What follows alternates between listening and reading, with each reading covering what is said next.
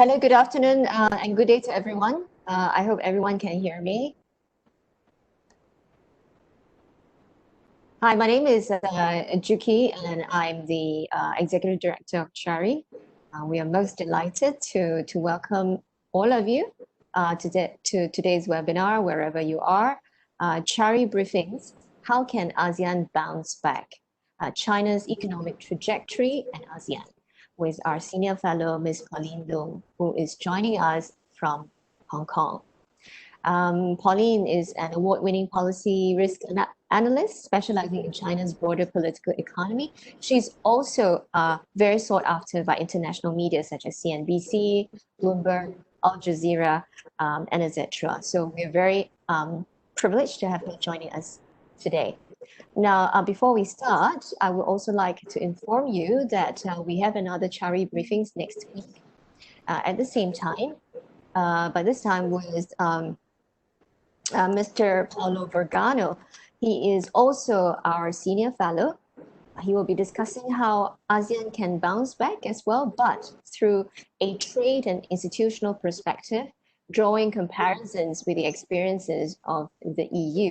So be sure to join us next week. Now, before we start as well, a few reminders. Kindly ensure that your mics are all turned on during the webinar. And also please raise any questions that you may have in the Q&A box, which I believe that is on the right-hand side of your screen, so that Pauline can address them later on. So with that, I'm most delighted to invite Tan Sri Dr. Munir Majid, our chairman, to take over the session. Well, thank you, Joki. Hello, everyone. Hello, Pauline Loong. Thank you for joining us. I think we are meeting at a time of great uncertainty, which is an understatement. Of course, countries have not fully got out of COVID-19, and some are about, they think, to get out. Some are still in the depths of it, and there have also been reports already of a second wave in one or two countries, and there was a report many of you might have seen about a possible second wave in Beijing, in China. Now, we thought CIMB ASEAN Research Institute, we have to also think of the economic recovery plan, and so this is the dialogue series on the COVID-19 economic recovery plan, and we are kicking off with, as Joki mentioned, an old China hand, an expert on the Chinese political economy. And of course, China is on everyone's lips, everyone's mind when it comes to COVID-19, from the start of it to the recovery process of it. And China, of course, is ASEAN's main trading partner. And in fact, ASEAN, of course, is now China's main trading partner. So a very closely linked relationship between China and our region. And there are many issues about China, which I'm sure Pauline will address. The main point to remember is we're all looking to China perhaps to lead the ASEAN bounce back. What is its likely trajectory going to be like? How is ASEAN going to be placed in the aftermath? And indeed, I think Pauline, I'm sure, will also will address the present situation and before we go out into the future. So welcome once again. And there are sort of those attending also from Europe and from one or two from America, I believe, quite apart from, of course, the majority are from our region, Japan, East Asia, and some from Australia as well. So Pauline, your presentation is being looked forward to by a fair chunk of people, and we'll give you, time to take us through your assessment of how ASEAN can bounce back and what is likely to be China's economic trajectory. So Pauline, on that note, can I ask you to start your presentation? Pauline, please. Thank you very much, Mr. Chairman. Ladies and gentlemen, I must say that being forced to stay at home for weeks on end really concentrates the mind. The pandemic has upended not just our lives, our day-to-day lives, but the world as we know it. Things are moving so fast and so dramatically that even as I speak, I have an eye on my newsfeed in case of yet another news bombshell.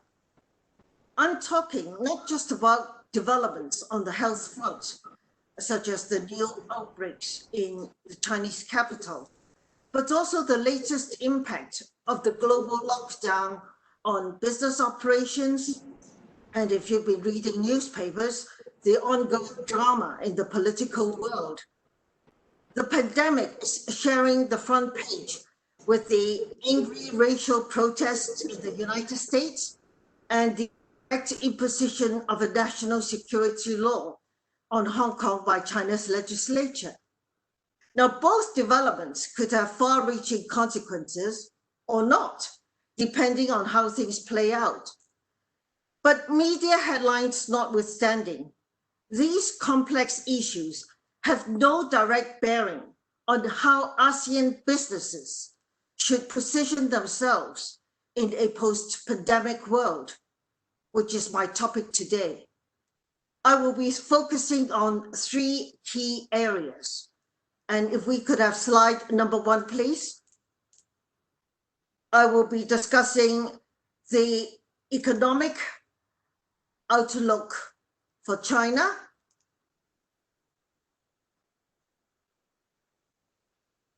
the sweet spot for ASEAN businesses in the post-pandemic world, and of course the outlook for the global economy, very briefly, because we are all part of it, and there cannot be a bounce back for one without an effect on the other. So first, China. The outlook for a rebound in economic growth in China and elsewhere depends very much on how the pandemic plays out. Medically, a pandemic ends when the disease is under control, when the number of cases drop and death rates fall, such as when a vaccine or a cure has been found. But a pandemic can also end in the social and political sense. Socially, people grow tired of living constantly in panic mode and learn to live with the disease, learn to manage the risks.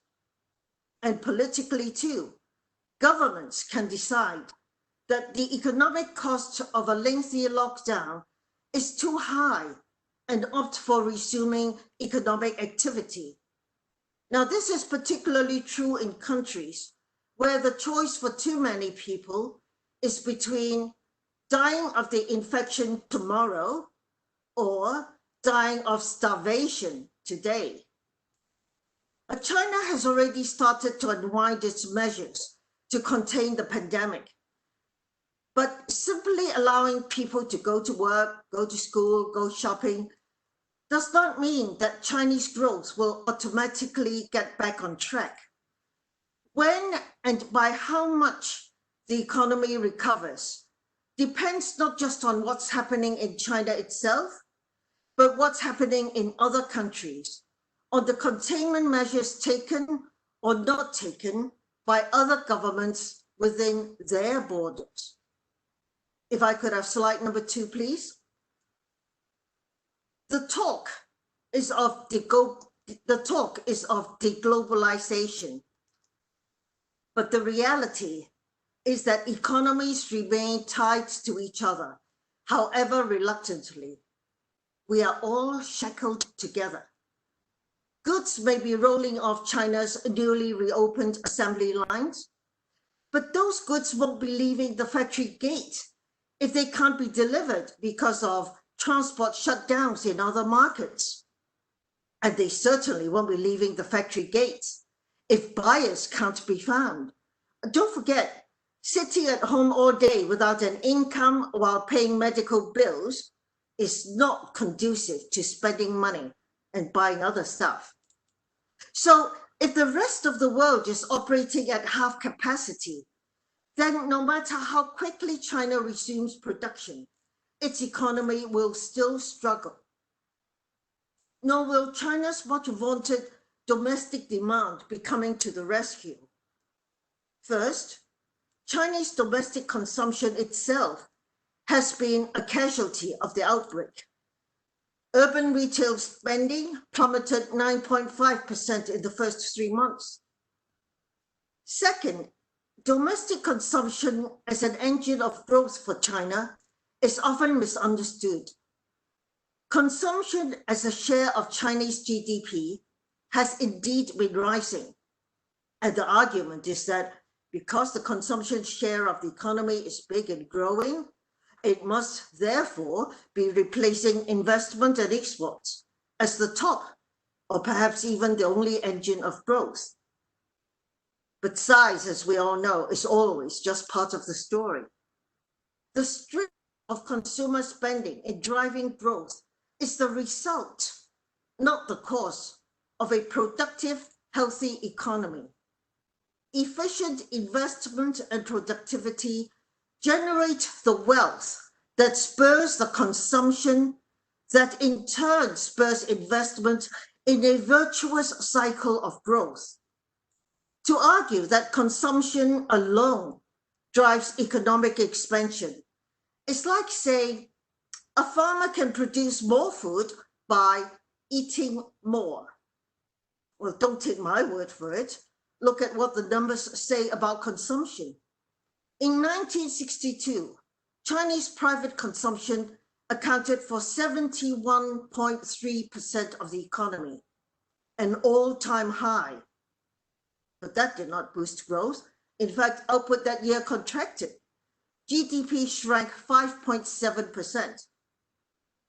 Now that brings us to today. So first, the bad news. Slide number 3, please. The numbers you see on screen shows just how badly the pandemic has pummeled China's economy. China's GDP contracted for the first time since quarterly records were kept 40-something years ago. It fell 6.8%. And as you look down, urban consumption, down. Total fixed asset investment, down. Exports, down. And my one-stop indicator of economic pain, the government's tax revenues. If workers aren't working, if shoppers aren't shopping, if airlines aren't flying, there is neither income nor profits to be taxed. And as you can see here, tax receipts, which have been rising through the years, plummeted 16.7% year over year in the first 4 months of this year. And the economic pain was felt throughout China. All but one of China's 31 regions and provinces saw output plummet in the first quarter. Even Guangdong province, normally the nation's best performer, could not stop its GDP falling 6.7%. And Hubei province, where all the troubles began, saw a catastrophic 39.2% drop in GDP. That's almost 40% drop in a quarter. The International Monetary Fund is forecasting 1.2% growth for China this year, and the World Bank is forecasting 1%. Interestingly, the Chinese government itself was less confident than the IMF or the World Bank that growth could even make it back to positive territory by the end of this year. Let me defer to the best authority on the outlook for the Chinese economy, the Chinese Premier himself. This is what Premier Li Keqiang said in his work report to the National People's Congress last month. Can we please have slide number 4? we have not set a specific target for economic growth this year. This is because our country will face some factors in its development that are difficult to predict due to the great uncertainty regarding the COVID-19 pandemic and the world economic and trade environment. The important part of that sentence, highlighted in red, is that the government is not setting a GDP target this year. This is breaking with a decades-old tradition of setting parameters for lower-level governments in their economic plans for the economy. Now, in command economies, and China is a command economy, official targets guide decisions on investment, on trade, even monetary policy. But for investors, the decision not to set a GDP target for 2020 is important for a different reason. The official GDP target is more than just a target, as the word is generally taken to mean, as a goal, as something to strive for. Rather, when announced formally at the NPC, the GDP target is effectively a promise, a performance floor, rather than a hoped-for goal. Now, the Premier has since spoken informally about his hopes for 1 to 2% growth. His hopes, you notice, not the pledge it would have been if the number had been incorporated in his work report. But he didn't put it in his work report. The NPC was held in mid-May. There were only 7 months left to 2020 at the time of his report. Just 7 months left to the year. Yet he must have felt visibility was too low for him to call how the rest of the year would go. A decade ago, China also faced massive external shock, the 2008 global financial crisis. But at the time, the government showed more confidence in a recovery.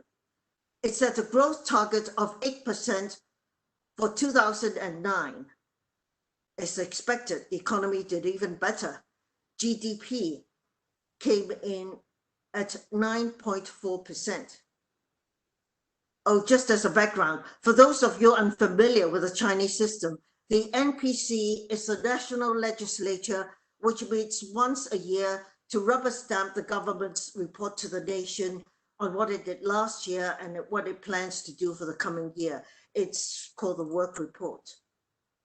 Now, in the work report this year is another dead giveaway that Beijing is seriously worried about the economy. The Premier's long list of concerns, 2 lists to be exact. Can we please have slide number 5?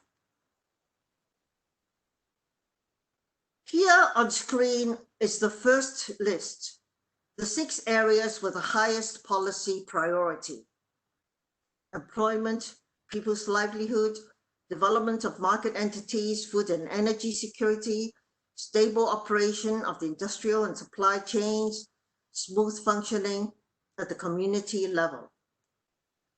This is not the only list. There is another list, also with 6 sectors that need what the government termed stabilizing. This second list was promptly nicknamed the 6 kisses by the people, because the Chinese word for stability is identical in pronunciation to the word kiss. Can we have slide number 6, please? Employment, finance, foreign trade, foreign investment, domestic investment, and market expectations. As you can see from these lists, Beijing has good reasons to be concerned. But rather unusually this time, the government is playing up the economic challenges facing the nation instead of playing them down as it normally does. This may have something to do with the item number 6 in the 6 kisses. Slide number 7, please. And that is managing expectations.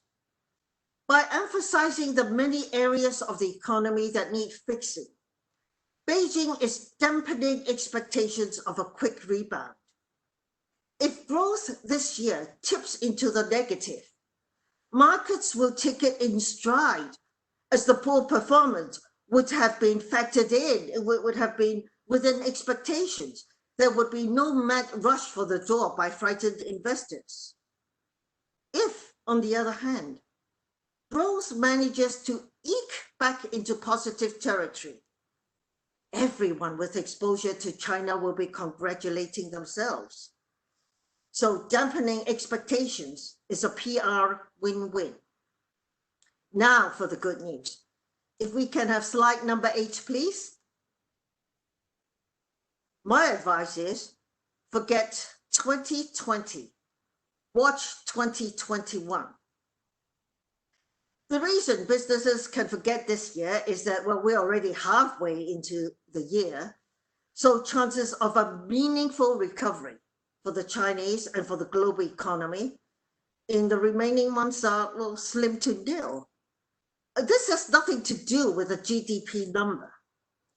What people forget when it comes to China is that a metric such as GDP, which is designed by and for the free market economies of the West, is not that meaningful for China's complex hybrid economy that is part market, part centrally planned, and driving you mad with its constant revisions of definitions and numbers.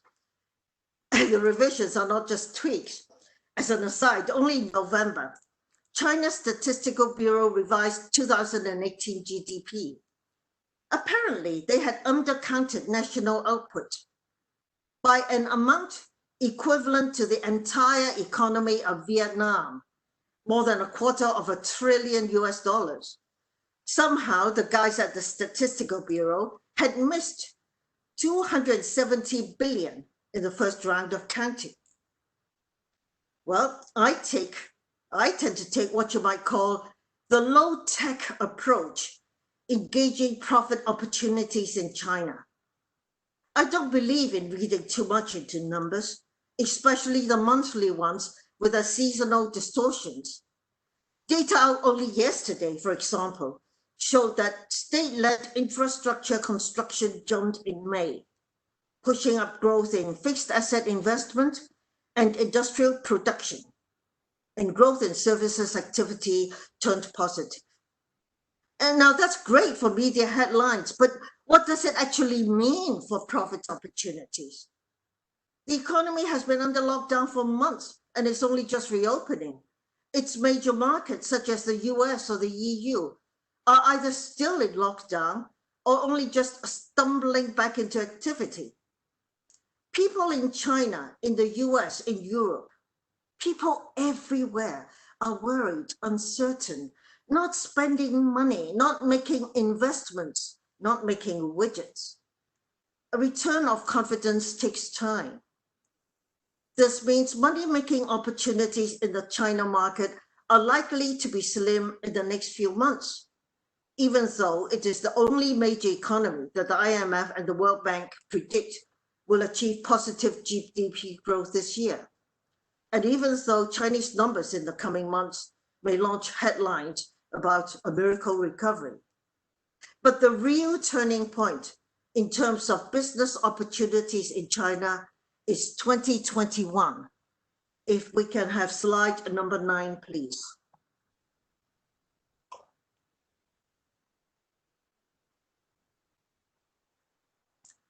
Next year is particularly important for the country's leaders. It is the 100th anniversary of the founding of the Chinese Communist Party. Beijing will pull out all the stops to present the successful face of China to its people and to the world. And an important marker of this success is a buoyant economy. This will be an uphill task given the battering to the economy from the lockdown. But Beijing may yet pull the rabbit out of the hat. Now, I will not go into all the measures that Beijing has rolled out over the past months to prop up growth, such as interest rate cuts, tax cuts, cheap and easy credit, the injection of liquidity into the banking system, and of course, stimulus spending. We could tie ourselves in knots measuring stimulus in China. And frankly, I wade through Chinese numbers only on days when I feel particularly masochistic. Fortunately, there's no need to wade into Chinese numbers today to gauge recovery, because it will not be the standard macroeconomic levers used by Western governments that will rescue Chinese growth. Far more effective in turning China's economy round are the policy tools unique to command economies.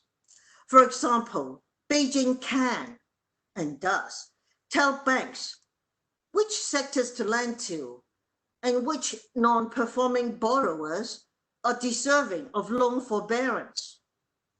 It can control capital outflows, or even stop it outright if it wanted to, just by saying so, by administrative edicts.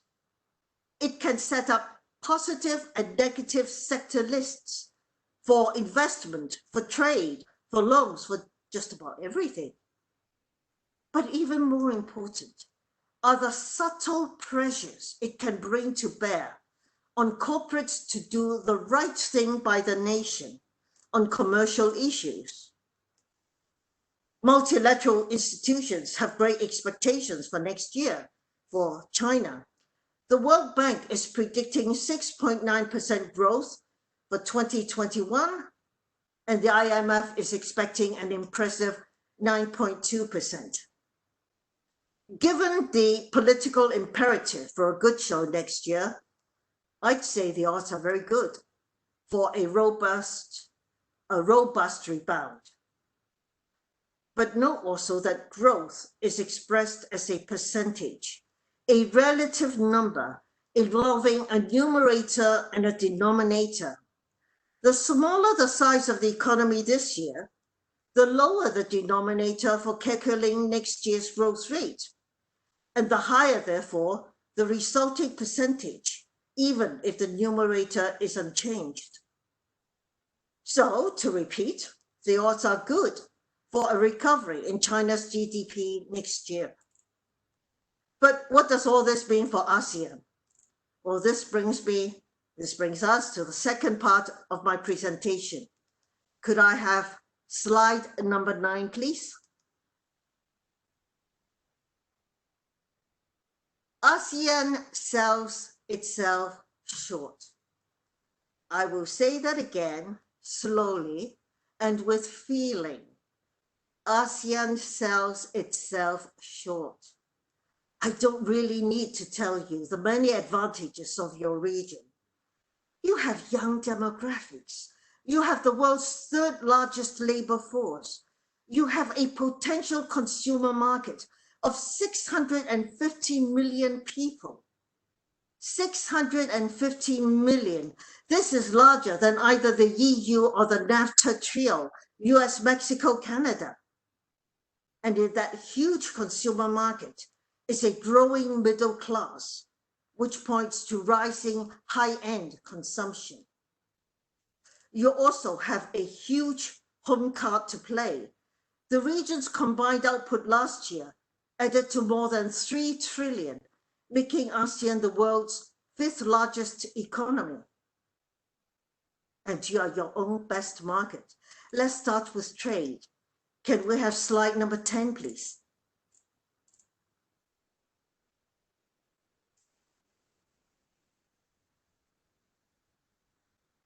Almost a quarter of your total exports, 21% of the goods you sold abroad last year went to fellow ASEAN nations. Market China as a market that buys your goods was a distant second at 13.9%, while the EU and the US tied for third place with 11%. When it comes to imports, what you buy overseas, you are also your own best partners. About a fifth of the goods you imported last year, or almost 22%, are from other ASEAN nations. China was a close second for this, 20.5%, or about a fifth of everything you bought overseas last year, you bought from China. The same when it comes to investment.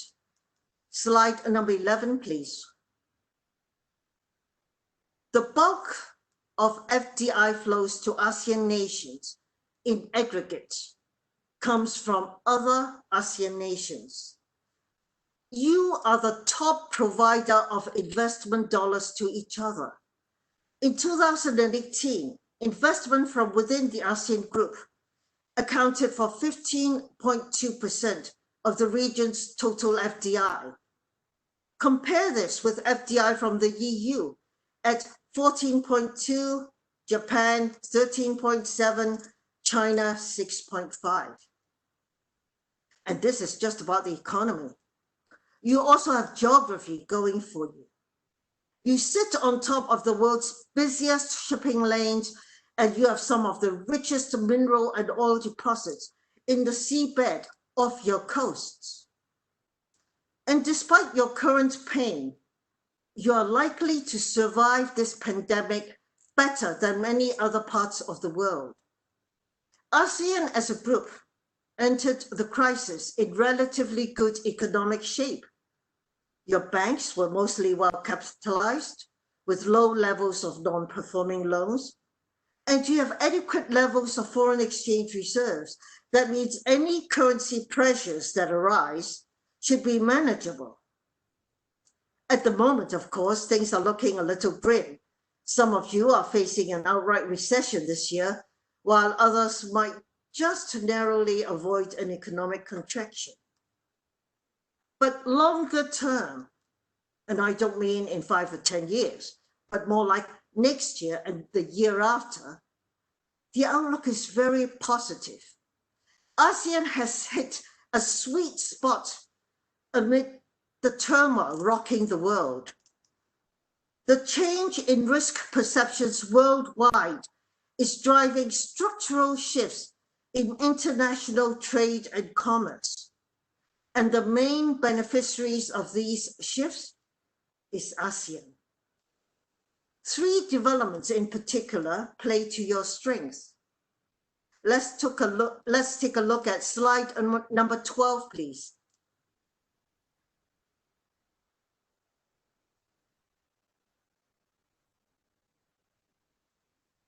Supply chain diversifications,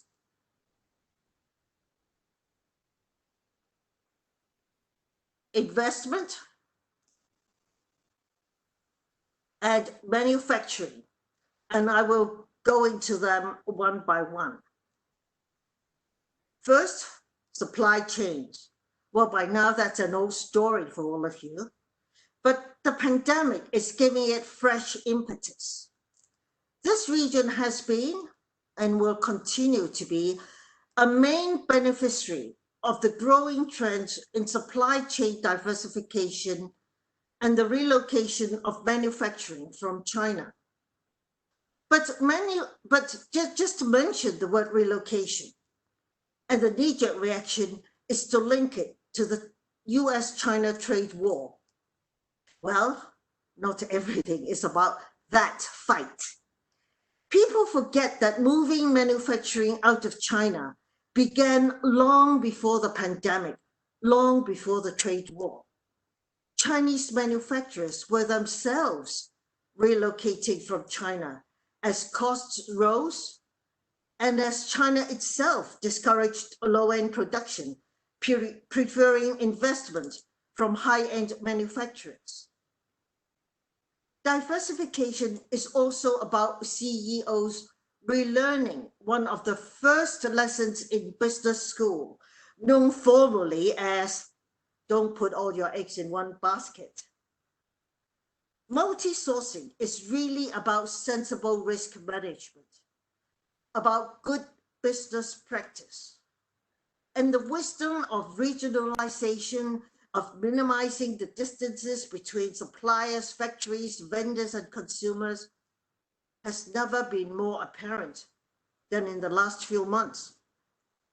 The other day, I went to the post office in Hong Kong to send a present to a friend in London, a birthday present. I said, okay, I will factor in delays. The birthday won't be until a month later, plenty of time. I was told it will not arrive for 3 months if I'm lucky. So there you are. But the problem is diversification adds to costs, and there's a lot of work. And companies, quite understandably, has been putting it off.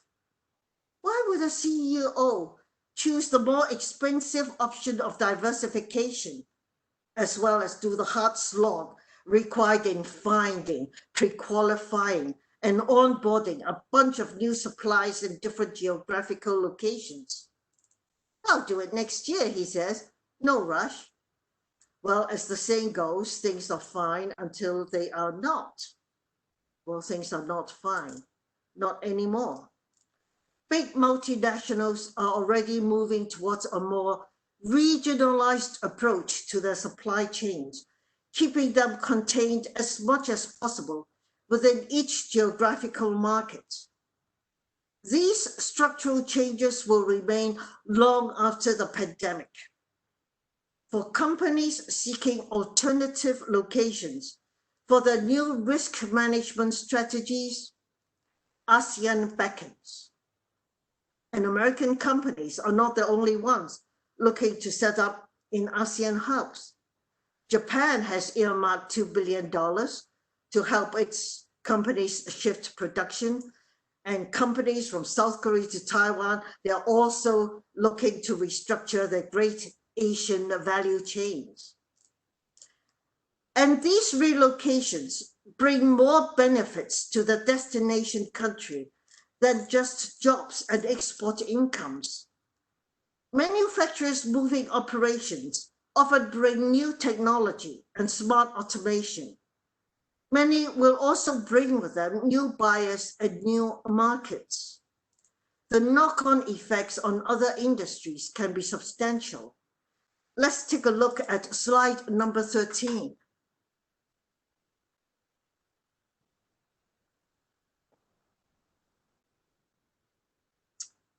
The growth in manufacturing and exports can bring more business for shipping companies, more demand for trade insurance, more demand for trade financing, more demand for warehousing.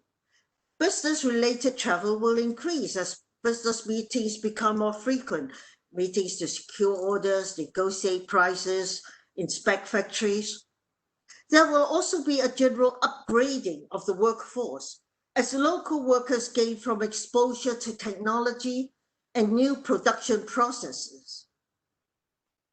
And the jobs and incomes created all round as the result of all this new business activity will boost spending power, creating new in-country consumer demand, which starts your virtuous cycle of demand, kickstarting investment, kickstarting export, and so on, in a virtuous cycle of growth.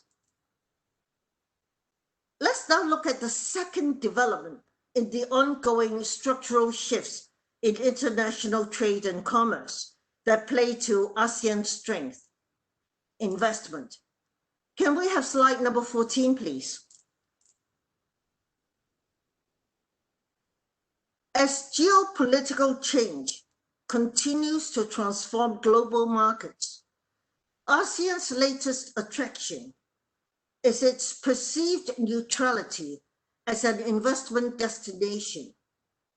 Neutrality in the sense that a business can expect that it will not be banned from certain markets or industries because the country it is putting its money into is taking sides in geopolitical confrontations.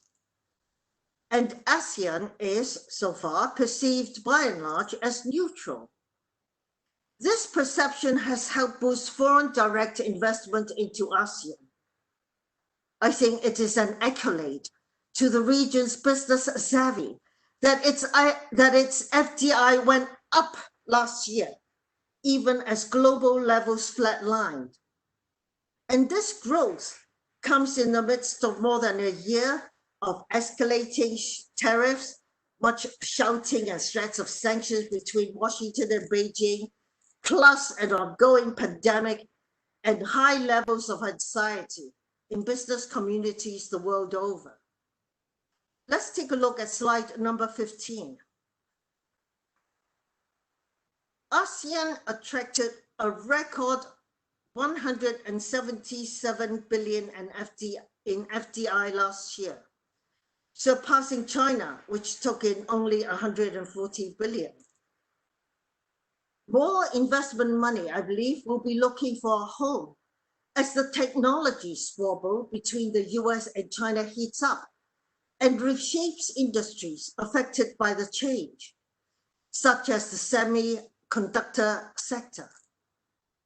Now, so far, Singapore has been and is likely to continue to be the initial destination for the bulk of new investment funds. A country-by-country breakdown is not yet available for last year's inflows, but initial estimates are that more than 80% of FDI in finance in ASEAN in 2018 went to Singapore. Now, that 80% figure on its own is misleading, as the report pointed out, because not all of it was for investment in Singapore. Don't forget the onward bounce. That is when money is sent to an initial destination for administrative convenience or tax reasons, but is meant for onward remittance and use elsewhere. So if ASEAN as a group play its cards right, say invest more in worker training, improve transport links, embrace technology, automation, the outlook is for more global investment dollars coming its way.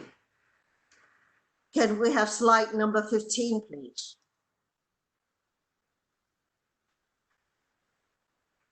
As Rudyard Kipling did not say, if you can keep your FDI when all about you are losing theirs and blaming it on you, then you're clearly doing something right.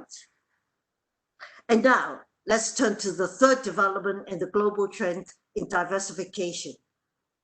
Can we have slide number 16, please?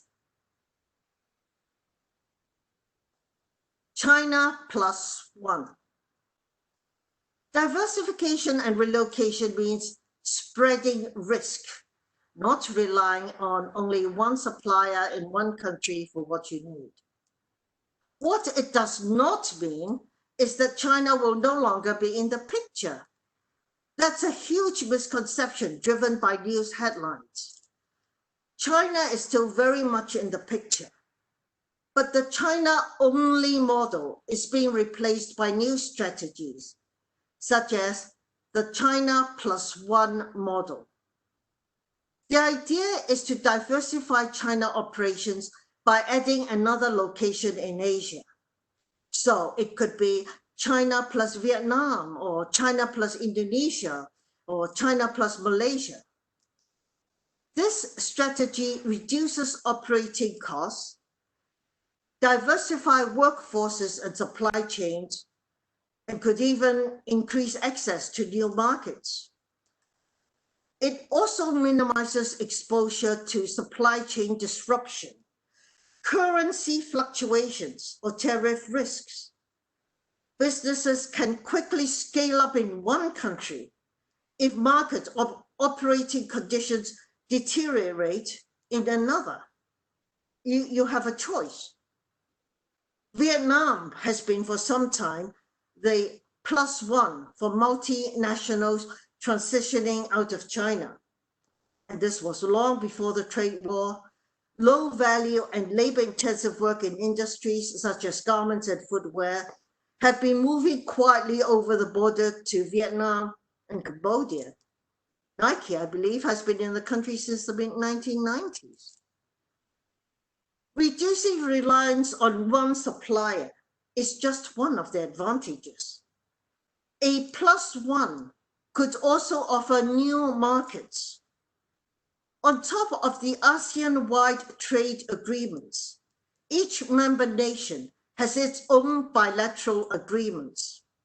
Vietnam, for example, has a wide network of trade agreements extending to key import markets across the globe.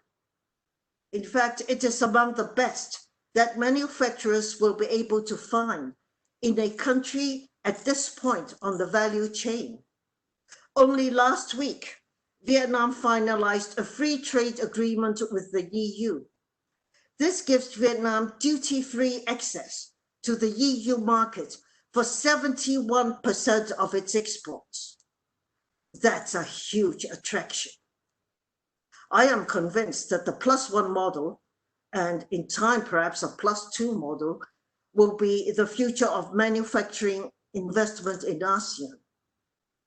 The group's longer-term challenge is in successfully dealing with the tectonic shifts underway in trade finance and global alliances. Despite the talk of integration, ASEAN is still seen, at least on the outside, it's still seen as a loose grouping of 10 nations, each with its own priorities, its own bilateral trade pacts, its own approach to security, its own approach, at least initially, to the pandemic, to controlling the spread of the coronavirus.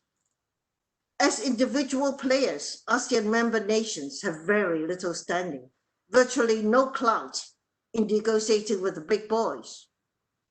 But as a group, it could leverage its combined strength for more advantages in a multipolar world. However, that is an issue of political will, which I will not go into.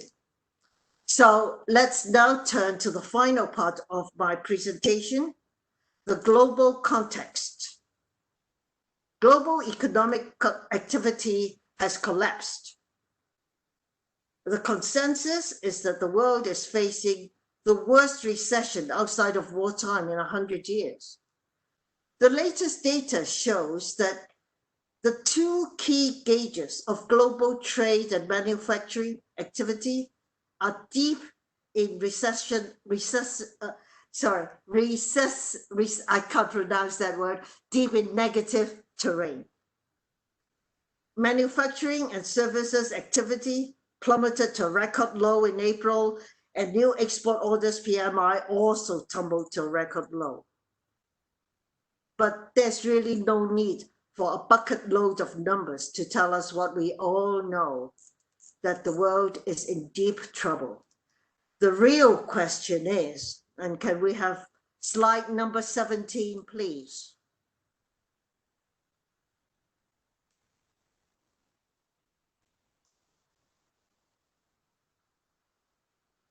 The real question is whether we are in for a short, sharp shock or prolonged economic pain. And on this, we can't discuss the outlook without talking about the other elephant in the room, the US-China standoff. Now, US-China relations is a huge subject, which we won't go into today, but it can be summed up in one sentence. US-China relations are bad and on the way to getting worse. The fight is no longer about trade. It is now a full-on competition for global dominance, about who gets to write the global rules on commerce, on investment, on technology, on territorial sovereignty. The pandemic won't change this. The row over Hong Kong won't change this. The protests in the domestic United States won't change this. How the US-China standoff plays out will be just as important to the outlook for global economic growth as the question of whether there will be a second wave of global infections. For those with faith, for those of you with faith in numbers, there is no shortage of forecasts, so I'll give you some. Can we have slide number 18, please?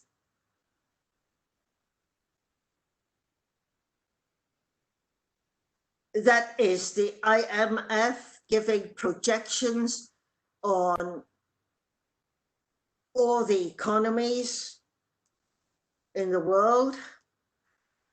It's projections for 2020 and 2021.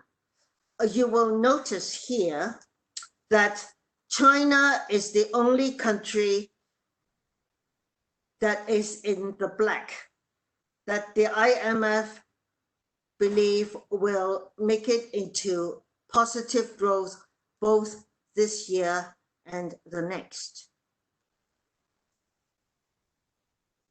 And now to the World Bank, if we can have slide number 19, please.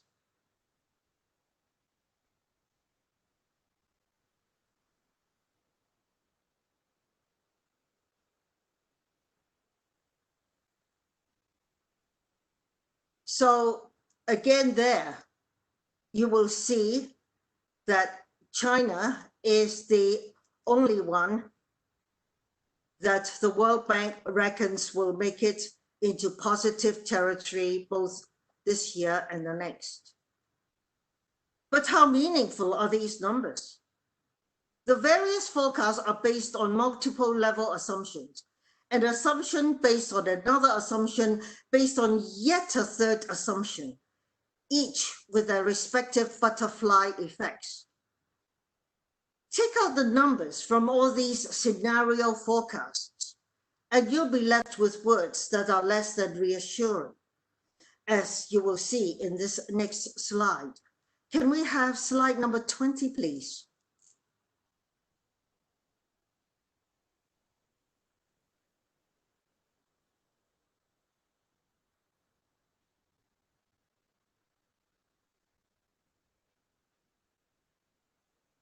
That last phrase, "we don't know," is mine. When the question covers something as broad as the entire global economy, which encompasses 195 countries, don't know would seem quite reasonable. However, if you're looking at the world simply as a market, as a place to make money, then all these economic uncertainties should be seen in context. Politics and economics may be global, but business is always local. Who trades with 195 countries? Who does business with every single region and city in a country?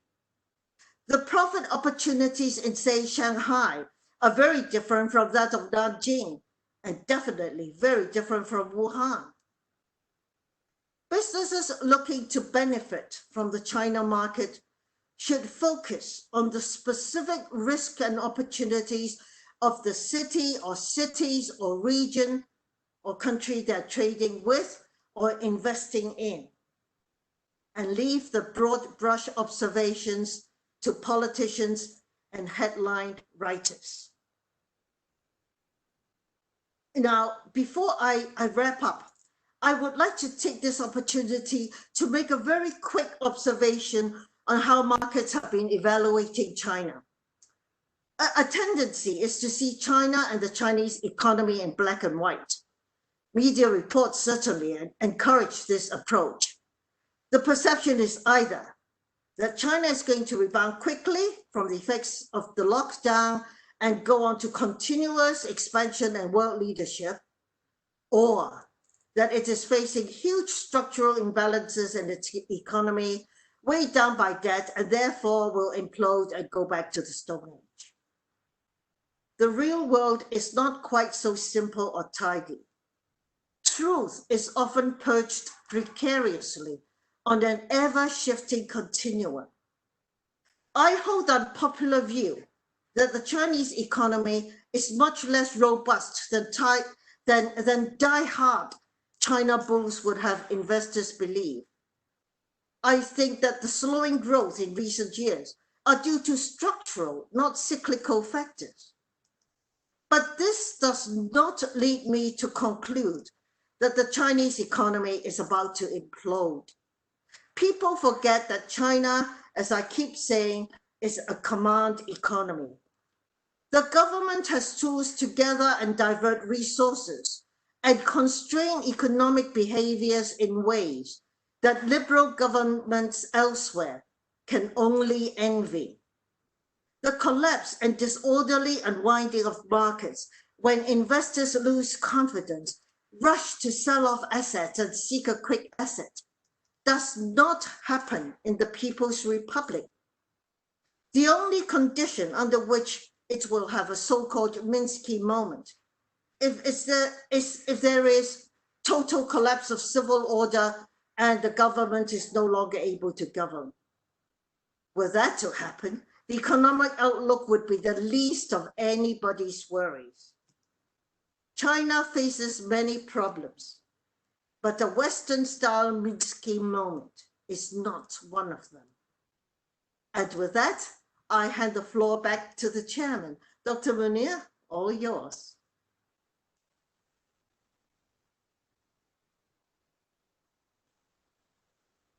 To pick out one expression, okay, of yours, and that was ASEAN sells itself short.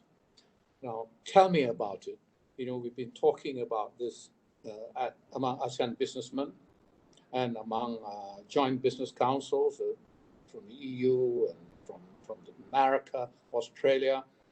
Essentially, for your information, what the businesses are trying to do is to tell ASEAN to get its act together faster, in the economic recovery phase, the post-COVID-19.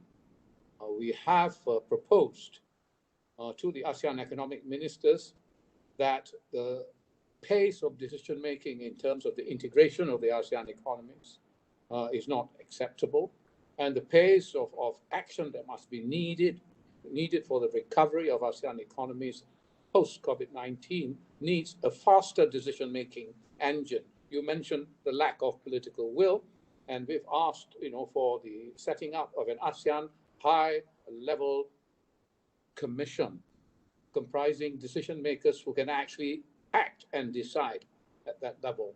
So you're so right to say that ASEAN as a whole sells itself short. On the other hand, you were able to identify how individual ASEAN countries, at least economically, are able to take advantage, particularly of the relocation, which has a history which predates, as you said, right?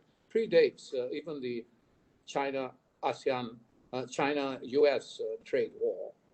And so hence you have Vietnam, for example, taking full advantage of it. Now, what would you suggest that ASEAN do together on the investment front alone to attract greater relocation that is taking place and that will take place? Have you got any thoughts on that, Pauline? The reality is that things are very much a matter of perception. Sitting outside of ASEAN, you read about ASEAN through newspapers, you talk to people who visit, you talk to businesses, and the overall impression that people have is ASEAN keeps saying, we are very small, don't trample on us. It's always an impression of ASEAN being worried about itself. And yet, when you look at the numbers, you say, but ASEAN is great, why is it so worried? So if you yourself give the outside world an impression that you are not something to be reckoned with, well, then people will not reckon with you. It may not be true. You may have the strength, you may have the unity, but if you allow people to think that you are weak, then it really does detract. It's marketing. Yeah, well, you know, it may well be it's because you don't think of yourself as ASEAN. You know, you may think of yourself as Indonesia, you may think of yourself as Vietnam, and therefore that's how ASEAN doesn't happen, because you don't think ASEAN. But I think when you deal with China now, again, they will think differently. Well, can I ask you another question?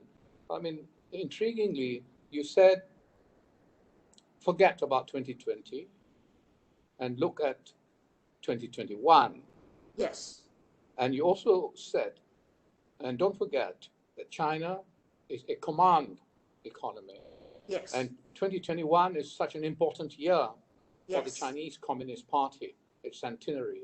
And therefore, it'll only be next year that it will put in place the kinds of things that a command economy can do to excite or to ensure or stimulate the economy. Why does it want to do it this year? Slowly. I didn't make myself too clear. It isn't that the government is not going to do anything this year and wait until next year. But policies and things, measures implemented the government takes time to gather results. You don't say at the meeting of the NPC, we will invest so many $1 million into a railway, and tomorrow the railway will be there. It could take time for it to work. What I'm saying for businesses is just because something has been announced doesn't mean it's ready yet. So you wait until the fruit is ripe, and then you go and pick it. You wait until things are great.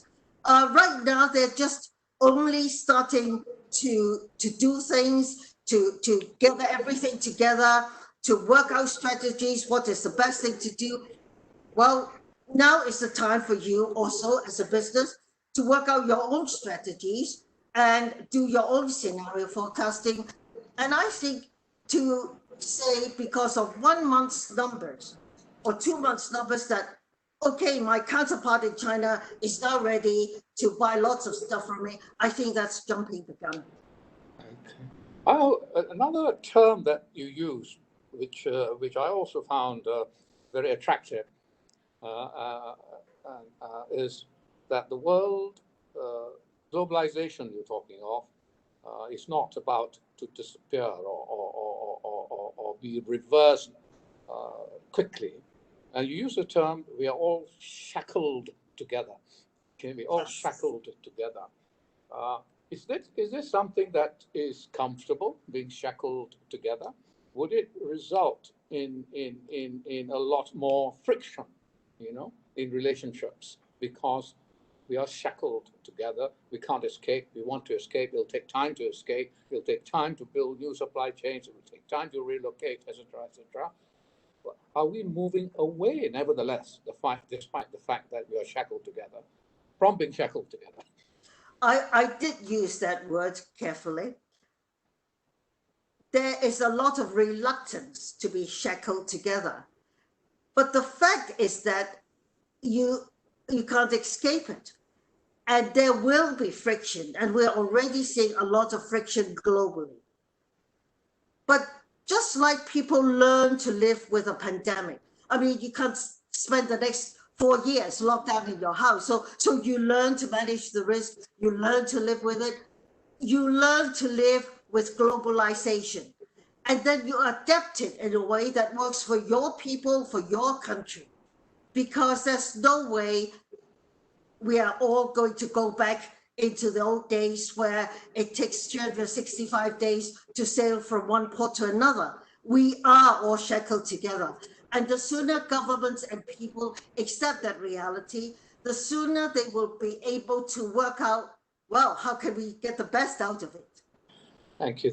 It's Joki. I mean, we've gone beyond 1 hour. Have you got any further questions in your docket? Yes, actually, there is a question. Unfortunately, the person is unable to post. Maybe I can just read it for Pauline.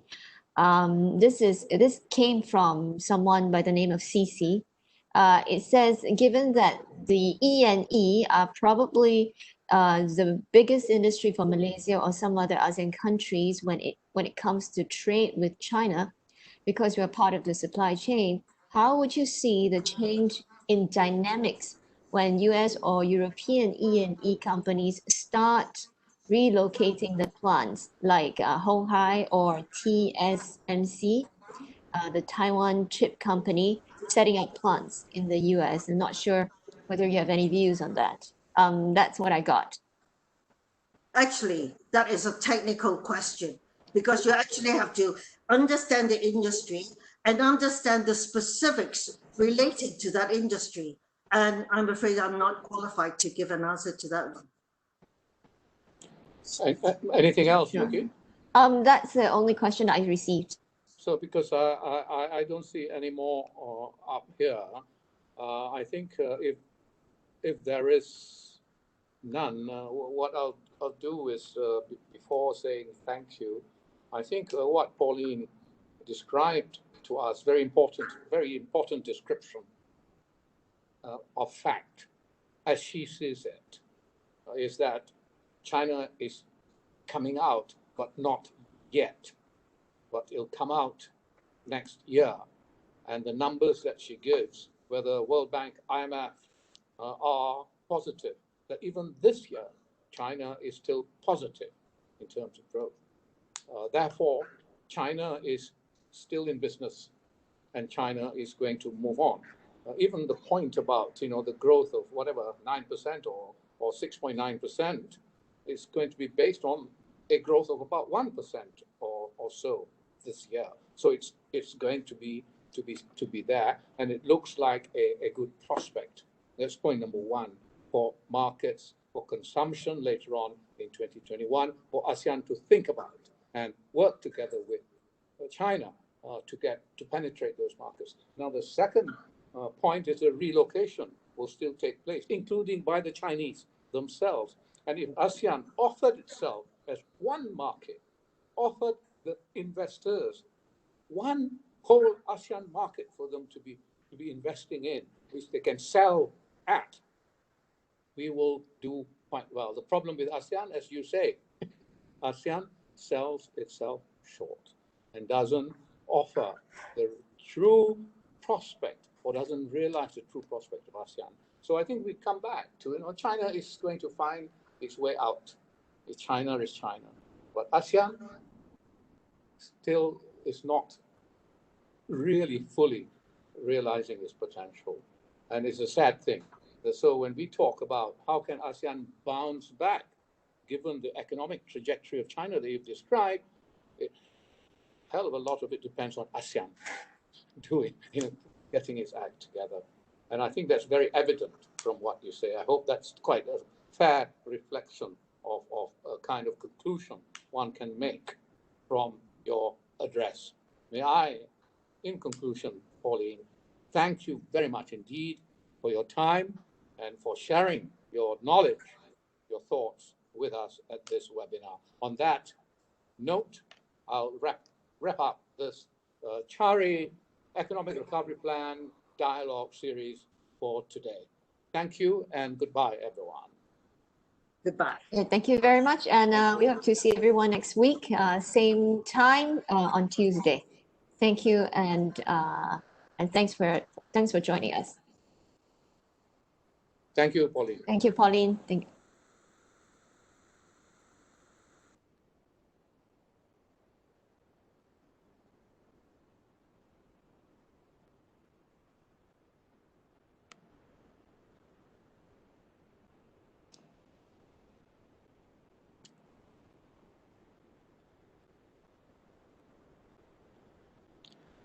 I'm logged out, aren't I? There, okay.